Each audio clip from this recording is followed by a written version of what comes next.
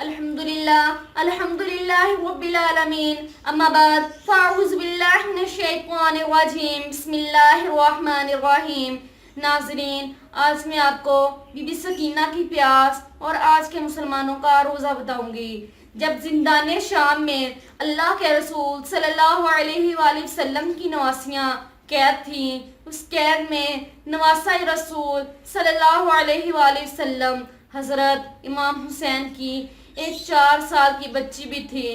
ایک دن وہ بچی، جس کا نام بی بی سکینہ تھا، اپنے بھائی سجاد کے قریب گئی اور کہا کہ اے میرے بھائی، آپ تو وقت کے امام ہیں، میرا ایک سوال ہے، مجھے جواب دیں۔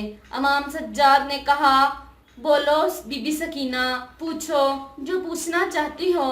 بی بی سکینہ نے کہا، بھائی سب سے تکلیف دینے والی پیاس کون سی ہے؟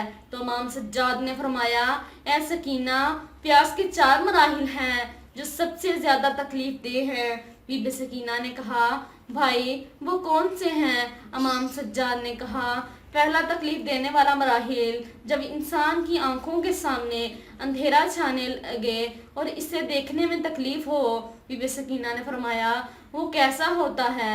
امام سجاد رو کر فرمانے لگے، جیسے تمہارا بھائی قاسم اپنے بابا امام حسین کے قریب گیا اور کہنے لگا، اے میرے آقا، مجھے آنکھوں سے صحیح نظر نہیں آ رہا۔ اس وقت وہ پیاس کے پہلے درجے پر تھا۔ بی بی سکینہ نے کہا، بھائی دوسرا درجہ کون سا ہے؟ امام سجاد نے فرمایا، اے میری پیاری بہن، دوسرا درجہ پیاس کا اور تکلیف دہ ہوتا ہے جب انسان کی زبان خشک ہو جاتی ہے اور منہ میں چپک جاتی ہے۔ بی بی سکینہ نے کہا، بھائی وہ کون سی پیاس ہے؟ امام سجاد نے کہا، سکینہ، جب تمہارا بھائی اکبر میدان کربلا میں تھا، اسے پیاس کی تکلیف تھی، وہ دوڑتے ہوئے آیا اور کہنے لگا، بابا میرا منہ خشک ہو گیا ہے، مجھے پانی دو۔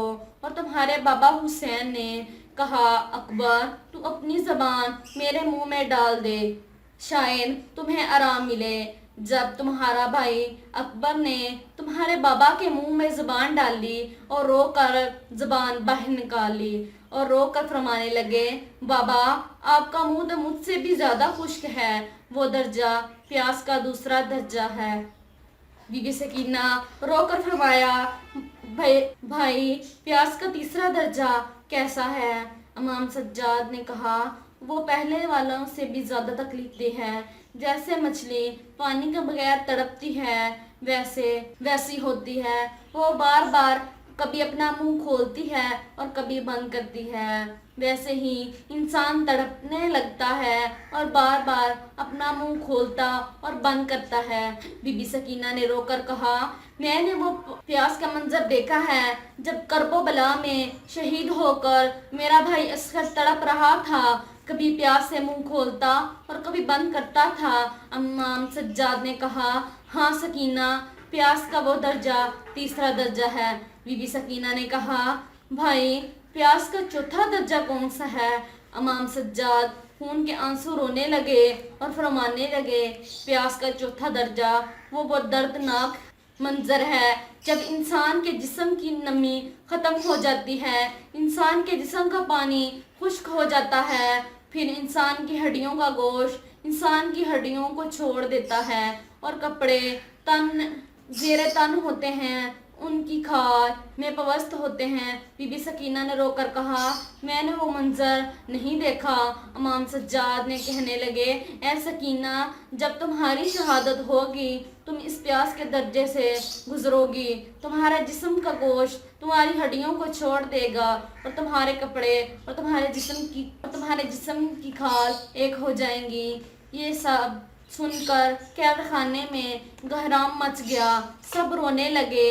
اللہ کے رسول صلی اللہ علیہ وسلم کی اولاد نے پیاس کے ہر درجے کی تکلیف برداشت کی تاکہ ہم تک اللہ کا دین پہنچ سکے، ہم نماز پڑھ سکیں، اللہ کے لیے روزے رکھ سکیں۔ لیکن افسوس تو یہ ہے کہ ہم پیاس کے پہلے درجے تک بھی نہیں پہنچتے، پھر وہ روزے نہیں رکھتے۔ اس پیغام کو اتنا پھیلاؤ کہ انسان کے اندر روزے رکھنے کی تڑپ پیدا ہو جائے، انسان اللہ کو راضی کرنے کے لیے روزہ رکھنے لگے۔ جزاک اللہ۔